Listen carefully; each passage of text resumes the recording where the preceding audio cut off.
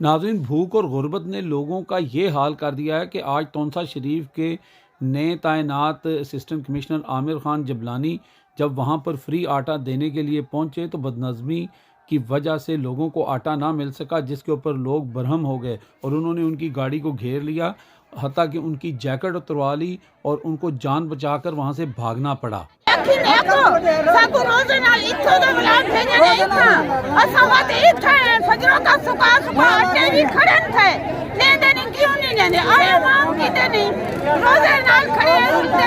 रोज़े की हालत में घंटों खड़े रहने के बावजूद जब लोगों को आटा ना मिला तो लोग मुश्तिल हो गए। ख़वातीन ने असिस्टेंट कमिश्नर की गाड़ी की हवा भी निकाल दी, जबकि एक ख़वातीन ने उनकी जैकेट उतरवा ली और बाद में वो जैकेट हवा में लहराती रहीं। इस दौरान जो उनके मुहाफ़िज़ थे उन्होंने बीच बचाव करने की कोशिश की तो लोगों ने मुहाफ़िज़ को पकड़ लिया। मुहाफ़िज़ बड़ी मुश्किल से अपनी जान बचा के वहाँ से भागा, जबकि असिस्टेंट कमिश्नर ने इस सिचुएशन को भांप लिया और वो इससे कबल ही अपने दीगर साथियों के साथ अपनी गाड़ी में बैठ के वहाँ से भाग गए।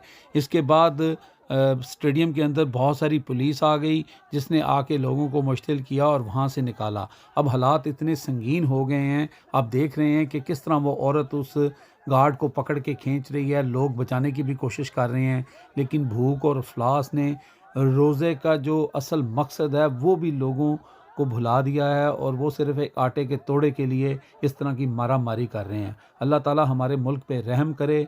हमारा मुल्क अच्छा भला चलता चलता इस नहज पे पहुंच गया है कि आज इस तरह के मनाजर हमें देखने को मिल रहे हैं। नाज़रीन, इन हालात को देखकर यूँ लगता है कि मुल्क हमारा जो है वो बनाना रिपब्लिक बन चुका है और जो हमारे करता धरता हैं, जो इस मुल्क को बाय हुक एंड क्रूक चलाना चाहते हैं, उनको ये चीज़ें नज़र नहीं आ रही। अनलेस के कोई बड़ा वाक़या हो जाएगा तो फिर हम सब पछताएंगे।